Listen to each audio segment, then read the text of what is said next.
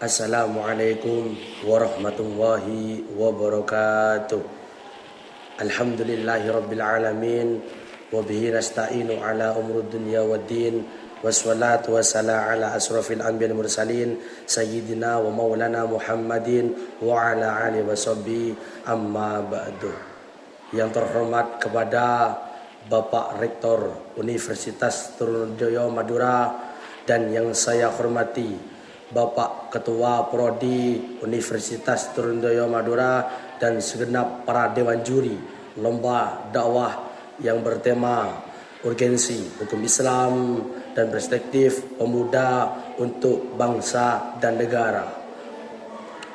Puji syukur atas karunia Allah Subhanahu wa taala yang telah memberi rahmat, taufik, inayah kepada kita semua sehingga kita bisa berkumpul di tempat yang insya Allah penuh berkah ini dengan sehat walafiat. Amin amin ya rabbal alamin. Salawat serta salam semoga tetap tercurahkan dan terlimpahkan kepada sang revolusi Islam, yakni Nabi Agung, Nabi besar, Nabi Muhammad SAW yang telah memberi kita jalan yang terang benderang, yakni adanya Islam wal iman. Berdirinya saya di sini bukan atas berdiri yang tidak ada kerjaan, tapi berdirinya di sini akan mempersembahkan sebuah pidato yang berjudul dengan urgensinya, yang bertema dengan urgensinya hukum Islam dan perspektif untuk kemajuan negara. Jadi untuk para pemuda, jika negara kita ingin maju, maka kita harus lakukan 3 hal. Yang pertama, jujur, adil, dan bijaksana. Sebab di mana yang telah dikatakan oleh sahabat Nabi Muhammad, kalau ada negara yang ingin maju, maka negara itu harus mempunyai pemimpin yang bijaksana, jujur, beserta adil. Dari karena itu, marilah kita yang selalu orang Islam yang memiliki hukum syariat Islam, kita pakai hukum syariat Islam itu buat negara kita lebih maju, lebih mapan, dan lebih berkembang dengan baik.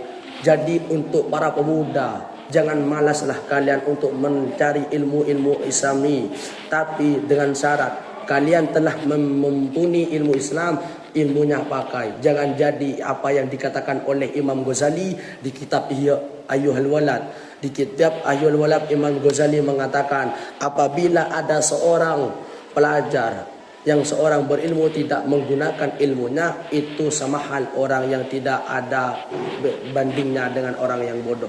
Jadi apakah kita itu wajib untuk melakukan ilmu kita? Hukumnya wajib. Kita tahu tentang ilmu agama, kita sampaikan kepada yang bersangkutan, yang ingin negara ini maju. Islam ini tegak. Jadi agama Islam ini agama yang tegak. Jadi untuk para pemuda yang ingin menjadi pemimpin di negara Indonesia ini, pakailah hukum-hukum Islam yang telah kalian ajarkan di fakultas kalian masing-masing. Katanya syariah, banyak hukum syariah, tapi mana yang kalian lakukan ketika hukum syariah itu? Seperti begini contohnya, ada seorang mahasiswa yang berkuliah di fakultas syariah, tapi tidak melaksanakan hukum-hukum syariah yang ada. Itu bahkan bagaimana ya, menurut saya itu kurang pantas. Jadi kita ini sebagai orang Islam, apa yang kita sudah pelajari, apa yang kita miliki, kita terapkan kepada yang Maha Esa, atau kita terapkan kepada yang adil dan beradab. Kita Indonesia ini, kemerdekaan ini bukan sebatas merdeka. Indonesia bisa merdeka ini lewat para pemuda, lewat para santri, bahkan para ulama, para kiai. Dekat berdukungnya ulama dan kiai, Indonesia bisa merdeka.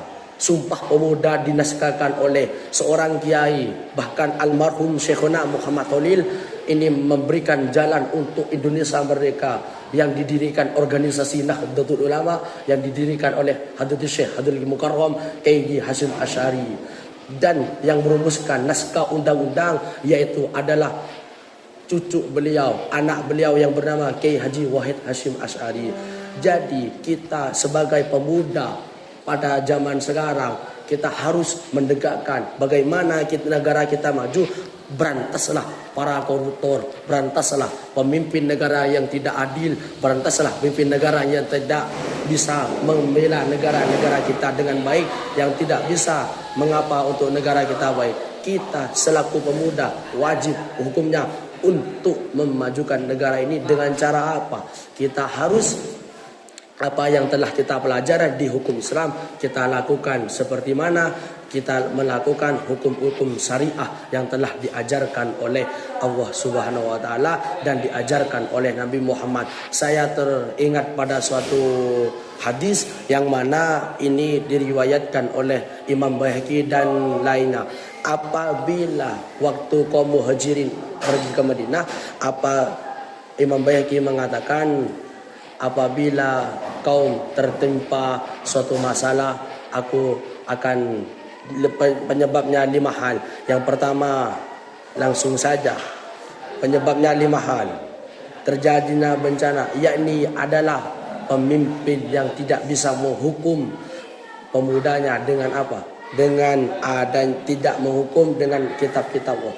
Jadi para pemuda, saya mohon kepada kalian para pemuda-pemudi untuk memajukan negara kita pakai hukum Islam. Hukum Islam itu penting. Apa yang kalian ajaran di pondok pesantren, yang ajarkan di fakultas-fakultas kalian tentang hukum Islam, kerjakanlah sesuai apa yang telah diajarkan oleh kalian. Jadinya jangan malulah untuk bekerja syariat Islam. Jangan malulah untuk bekerja semata-mata di agama Islam. Tapi kalian bekerjalah yang sangat baik dan sangat mapan. Karena apa? Hukum Islam ini bukan Islam yang semena-mena. Tapi kalau kalian memiliki jiwa dan berpendidikan baik di dalam agama Islam, maka kalianlah yang harus berjuang untuk negara ini lebih maju dan lebih baik untuk negara Indonesia ini. Terus sekiranya sampean ini adalah pemuda yang bertanggung jawab, jadilah pemuda yang memang betul untuk kemajuan negara dengan menggunakan hukum-hukum Islam yang telah kalian ajarkan. Sebab pemuda ini Allah diciptakan untuk apa? Tekadnya kuat, memiliki pandangan yang sangat besar dan tegas. Maka dari begitulah pemuda ini harus bisa membela negara. Cukup sekian yang saya sampaikan. Apabila ada tutur kata yang kurang baik, kurang lebihnya saya mohon maaf. Wabillahi wal taufiq wal hidayah. Wassalamualaikum warahmatullahi wabarakatuh.